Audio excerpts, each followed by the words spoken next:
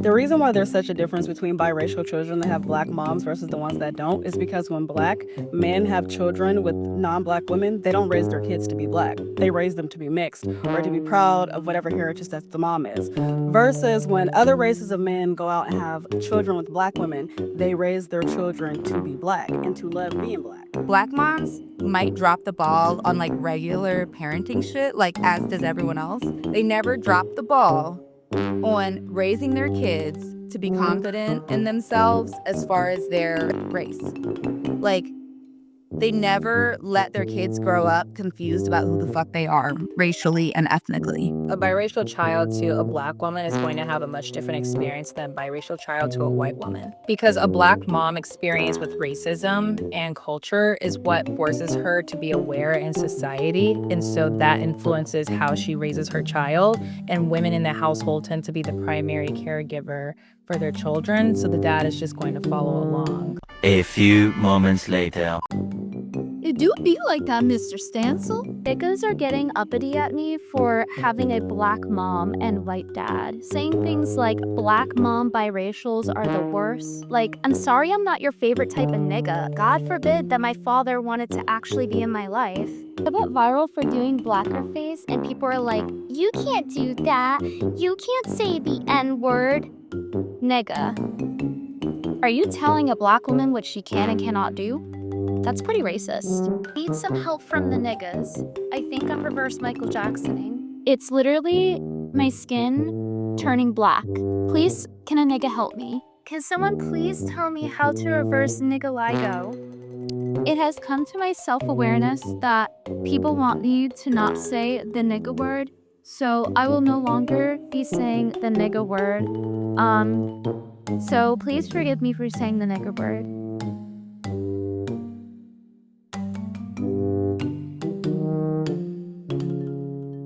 So there's definitely this belief around the internet that biracials with black mothers grow up to be black. They grow up to have a black consciousness.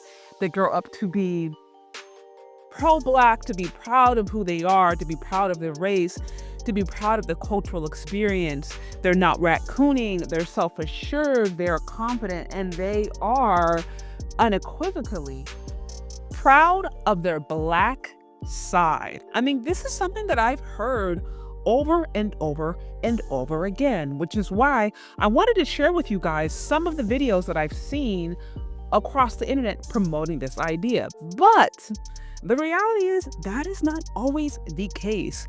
There are biracials with black mothers who definitely have anti-black rhetoric.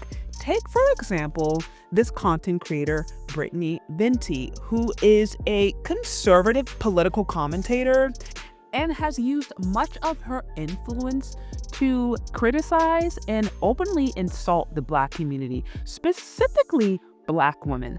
And she recently went viral for her Halloween costume Blackface, where she basically dressed up in blackface and made fun of the EBT queens. Now, we already know that black women were not the only ones who were impacted by the EBT shutdown. I mean, actually, white people were impacted the most yet. And still, black women specifically were pretty much the brunt of the joke and the ones that everybody was focusing on. Although there are people of all races and communities and children who are negatively impacted by the EBT shutdown. But nonetheless, she made the rounds basically mocking black women.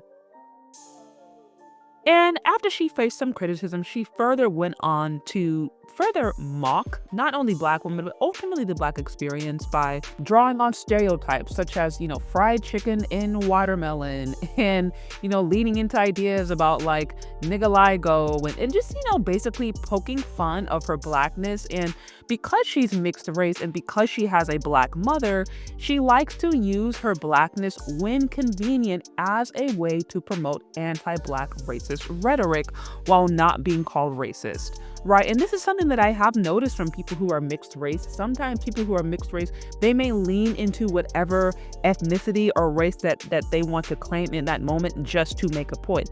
So in her case, if she wants to criticize Black people or criticize Black women, she's going to claim the fact that her mom is Black as a way of saying, look, I have the right to do this, right?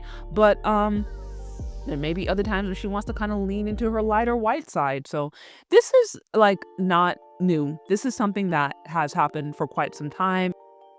Now, one thing I noticed is when she was challenged on her talking points and just her activity and people were calling her racist, she basically clapped back. And, you know, she said something that I've actually heard many mixed race people talk about. And that is basically the way that she was judged or not considered Black enough, the way people were revoking her Black card. And that's pretty much like the entirety of her channel is kind of that. It's this idea of like, oh, I am Black, but I'm not Black enough. And so therefore I'm going to kind of like dance around it. And she very much leans into this idea of being bullied, of being, just mistreated because of being mixed race, because of not maybe being too light or not being Black enough, right? This is something that I've heard many mixed race people deal with and actually uses as a way to actually criticize Black people. And I will say, like, I don't want to deny that. Like, I obviously know that mixed race people can obviously face their own challenges and their own level of scrutiny within the Black community. But I also want to add to that like Black people bully, or they just roast Black people, period. If you are too dark, you will be roasted, okay? If your hair's too nappy, if it's too loose, if it's too long, you'll be bullied. Like if it's too, like just by nature of being Black in America, you are going to be roasted. Like that, it's almost like being roasted. It's like a rite of passage in the Black community. Like it's not just like mixed race people are the only ones being bullied. Like Black people are bullying and roasting everybody, literally. So we need to add that. Also, I always find it so interesting how some mixed race people will have all the smoke in the world for Black folks, but then don't want to sit here and criticize anything white people do. Like, let's just be honest. Like, you're not hearing racist things just from Black folks. You are definitely hearing racist things from white folks. Or at best, you're getting like the microaggressions. But Black Americans, like, they're not responsible for the system that oppresses you, right? They're not responsible for the system that makes you feel or that makes mixed race people feel other. Like Black people are not responsible for that. They are reacting to a system that oppressed them, but like they are not the perpetrators of that. Like, so to me, it very much feels like punching down. It's easy to punch down, but it's a lot more difficult to maybe punch up or to hold that same energy with, quite frankly, the race or the community that you actually may want to fit in with. And I think this is exactly what's going on here. Her humor, honestly, to me reminds me of the humor of like young white guys, young like white teenage boys who are like into Nick Fuentes or, you know, like just kind of in that space. Like, to me, it feels like she's appealing to those kind of people. And I'm like, listen, if you had the same smoke for the Black community that she had with the white community, I'd be like, okay, that's cool, that's valid. But to me, it's less genuine when those things are not held to the same level. If you understand the role that mixed race people played, I mean, really over the last few hundred years throughout colonization, imperialism, mixed race people, they had a very unique position in society. There's this term tragic mulatto, which also talks about the challenges that mixed race people had, not fully being Black, also not fully being white, and the ways in which they were used sometimes to either collaborate in further imperialization, colonization, or slavery, as in the case of many of the slave catchers. Many of the slave catchers were actually mixed race. But then in other instances, you had Black people, or you had mixed race people who were used to really liberate Black folks oftentimes. And those are oftentimes mixed race people who identified with their Black side. Take, for example, Frederick Douglass, right? So I'm just saying there's a history of people, mixed race people, kind of being forced to choose a particular side. And, you know, just based upon this individual's, her rhetoric and the way in which she is mocks the Black experience, I think we could conclude that although she might have Black blood in her body, that she likely more so identifies with her white side. with that said, I really want to challenge this idea that just because a biracial has a Black mother means that she's going to automatically grow up with a healthy sense of self-esteem. I will challenge that all day, every day, because I believe the natural order when men and women get together is generally women want men to follow. You know, in most instances, even if a woman is strong or independent or a boss babe, she still wants a man that she can respect. Like, she can respect his opinion, that she can respect his leadership. So I think because of that, I think it's impossible to conclude that a man is not going to have some political or social influence over the child. I just think that's just not realistic. So to assume that a Black woman marries a white man and this child is going to grow up like freaking, I don't know, Khalid Muhammad or Malcolm X, it's not, I don't think that's really realistic, because you're not taking into consideration the impact a father has on children, and quite frankly, the impact fathers are supposed to have on children.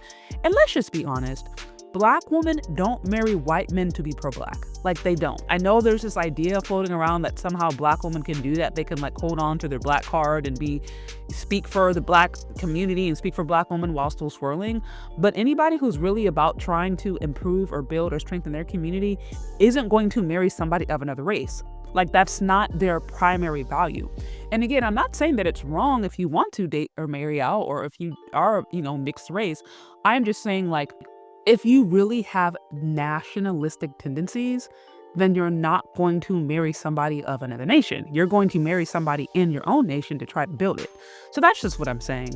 But ultimately, yeah, I thought this was interesting because this whole story completely like just obliterates the whole biracial with Black moms are like somehow automatically grown up to be, just super pro-Black, you know what I mean? Or just like very much confident and very much encouraging and uplifting with their race. And literally all I see her do is criticize Black women. That's all I see her do. So anyways, y'all, what do y'all think? Do you agree? Do you disagree? Let me know down in the comment section. Thank you so much for listening if you've gotten this far, and we'll talk later. Bye.